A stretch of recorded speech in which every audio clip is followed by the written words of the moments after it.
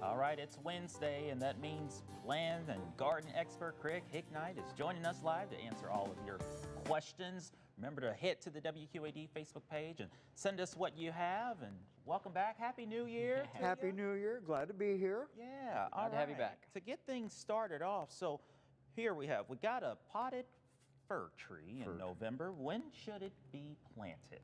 Well, there's not much frost in the ground. I would be getting it in the ground now if possible. It's going to be safer in the ground than in the house. In the house, it's just too warm, too dry. Outside, Mother Nature will take care of it. At the very least, get it outside up against the north side of a building and literally bury the pot in mulch. The whole idea is that they don't mind being frozen. It's the freeze, thaw that damages them. In the ground, they're going to be fine. When you put it in the ground, just make sure you put plenty of mulch around it so the ground cools down as slowly as possible. Alrighty, perfect. So this is from Amanda. So my Venus flytrap is shooting up a flower stalk.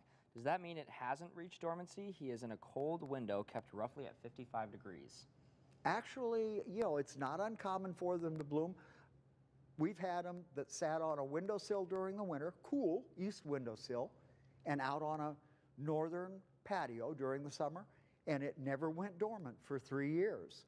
So if it's blooming, it's not unhappy. All right, this one says, I was reading about jade plants and was wondering how hardy of a plant they are. Well, they're really quite hardy as long as you don't overwater them. That is the one thing that jades are never going to forgive, is wet feet. So you let them dry out better than a regular houseplant. You water them thoroughly at the sink and make sure all the excess goes down the drain. Nothing ever soaks up from the bottom. Run them a little dry. Give them as much light as you possibly can. And for the winter, I don't think I'd even worry about fertilizing until about Valentine's Day. All right, yeah. Yeah, well, looks like we're still waiting for some extra questions to come in continue right to now. Well, there you send go. them in, but Yeah. what do you kind of tell people this time of year? Any sort of reminders around this season? Well, the thing is, we've gotten the Christmas tree out of the window. So that's where the plants need to go now. Remember, plants have to have light to do well. Also, running a humidifier. We've got an on-furnace humidifier. Plus, at the other end of the house, we have a supplemental humidifier. Anything you can do to raise the humidity in the house is definitely going to help.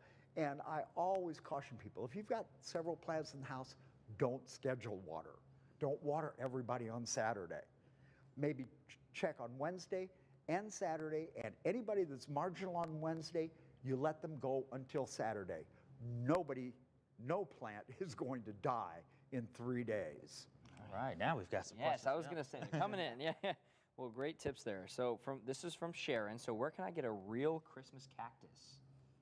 Real Christmas cactus are hard to come by.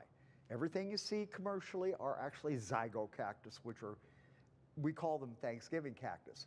What you're looking for as you start your hunt is Schlumbergia, S-C-H-L-U-M. And you might actually have to find somebody whose grandma still has an original Schlumbergia from 50 years ago, or you might try online. I'm sure they've got to be available there, but Schlumbergia rather than zygocactus. Okay, when can I trim a firebush? Firebush can be trimmed now.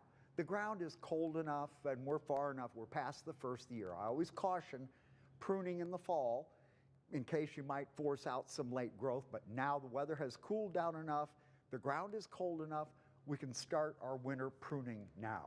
All right, well, we're going to answer more questions here in just a moment, right after the break. Continue to send all of them in on our WQAD Facebook page. We'll be right back.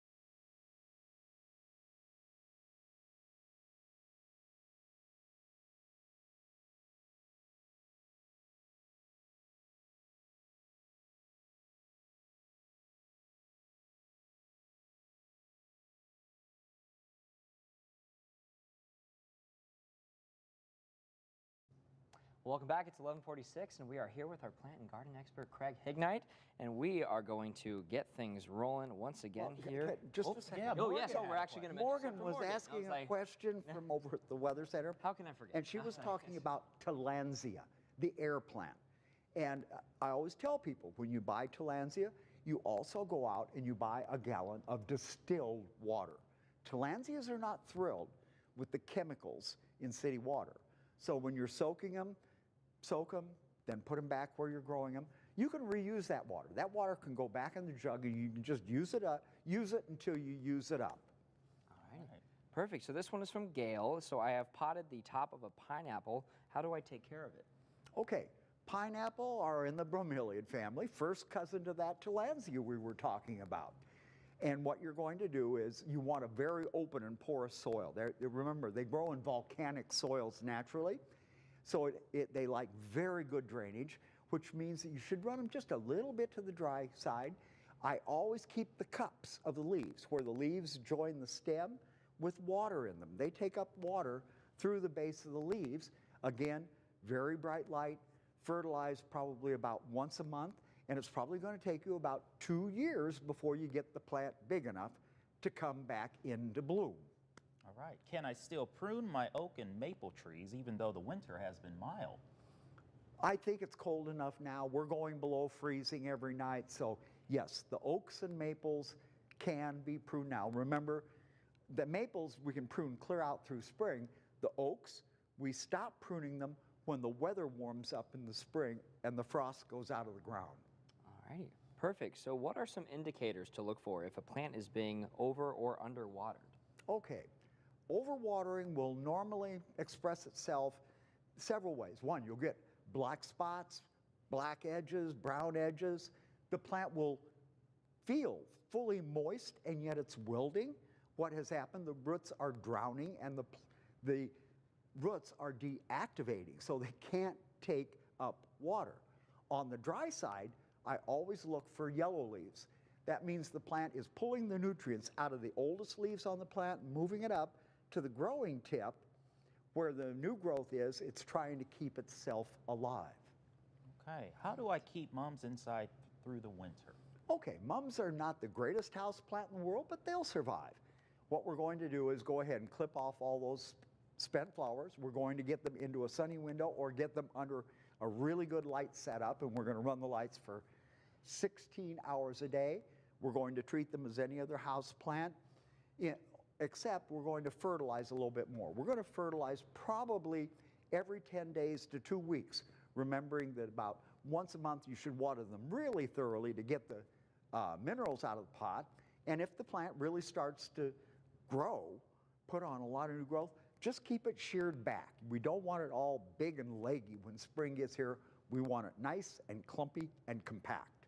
Alrighty, so Connie says, we have a rose of Sharon bush that really likes where it is at. It is approximately 4 feet tall and about as wide. How far do we trim it? Okay, I never suggest trimming more than about a third of the growth off a plant in any 1 year.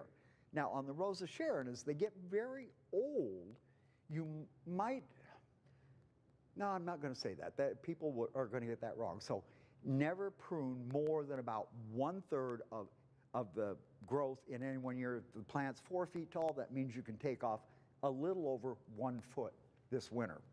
When is the best time to trim my blackberry bush? Blackberries can be pruned anytime, and what you're going to do is look for the canes that had last year's fruit on them. And anything that has the leftover nubs of the fruit gets pruned down to about 3 inches above the ground. All those other canes, you leave them alone, because that's where this year's fruit is going to come from. All right. Well, we thank you so much, Thank you, Craig. Always Glad helpful advice. Yes. Well, be sure to join our Facebook Live with Craig each and every Wednesday. There you can submit your questions and be a part of the conversation. Well, here's